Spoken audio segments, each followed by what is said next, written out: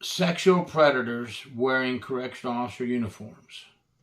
Terrible statement, isn't it? Terrible. Well, they don't represent us, number one.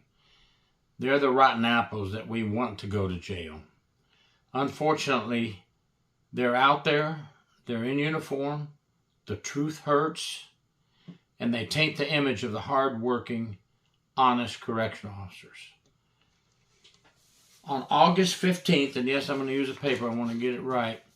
On August 15th, 2025, former correctional officer Gregory Rodriguez, age 47, sentenced to 224 years for sexually assaulting 9 female inmates over an 11-year period in Chowchilla Women's Prison, California.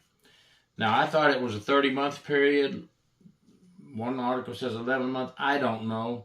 I wasn't the investigator. I just know that he was sentenced by a jury of his peers, verdict guilty.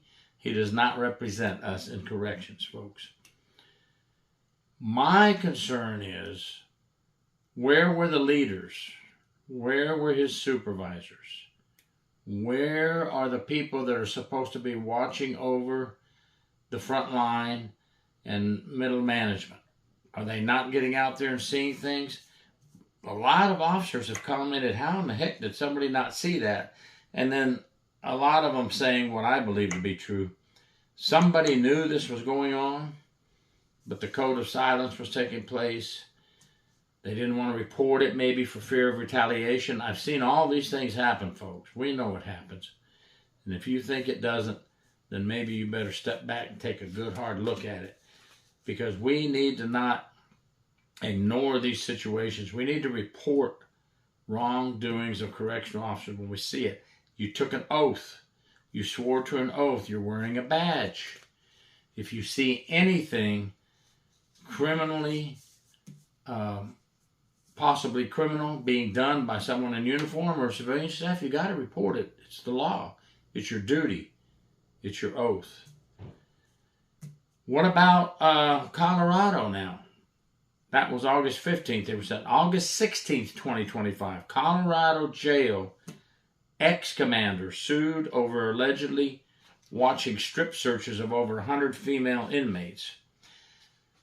Female officers do strip searches. They have body cams. It takes film. Okay? That way they can use that video to protect themselves. Okay, let's give him a little benefit of the doubt.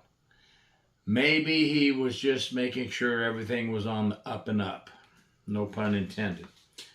He's also being criminally charged after an investigation revealed that he actually watched 117 strip search videos of female inmates over a 5-year period at the La Plata County Sheriff's Office, Colorado. He is innocent until proven guilty. The first one, jurors found him guilty. This one, he's still pending civil and criminal investigations. My comment on this, again, we have a supervisor being charged. There's other cases across the country. I won't just pick on Colorado and California. It's happened here in Florida. There's other cases documented where supervisors are involved. What about the warden? The federal warden in California in 2023 was sentenced for going into female cells and having them take their clothes off and observing them naked. Even had pictures of them. He was sentenced. So we have a warden, we have a jail commander, and we have a frontline officer. Where's the breakdown, folks? Why is this happening? It should never, ever happen. We are placing our public trust at huge risk when they see this. What do you think the public is saying? My God, a warden, a jail commander. And their officers see that, they think it's okay to do it. And then we have those officers that go, oh, it's all a setup. Inmates lie. Yes, inmates lie, and they lie a lot. But let me tell you, Criminal investigations dig deep and they find evidence. And you can't dispute some of the evidence that is found in some of these cases, folks.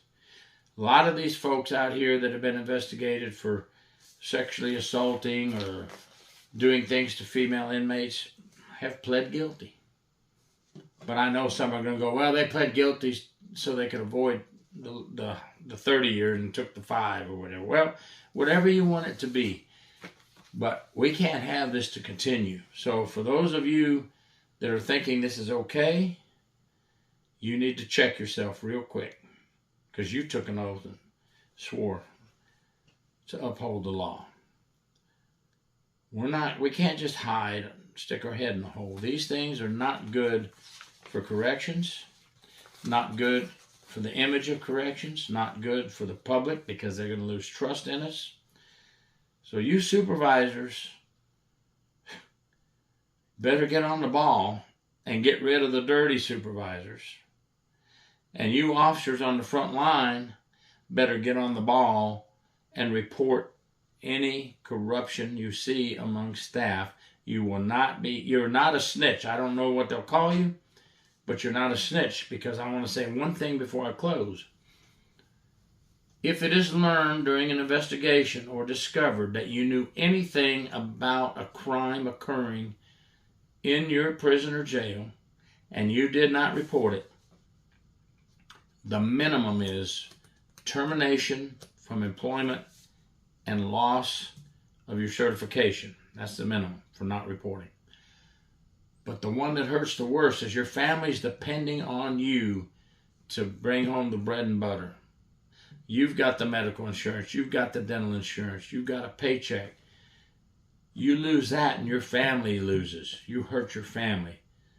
So before you think about being tough and rough and crossing that line, think about your family.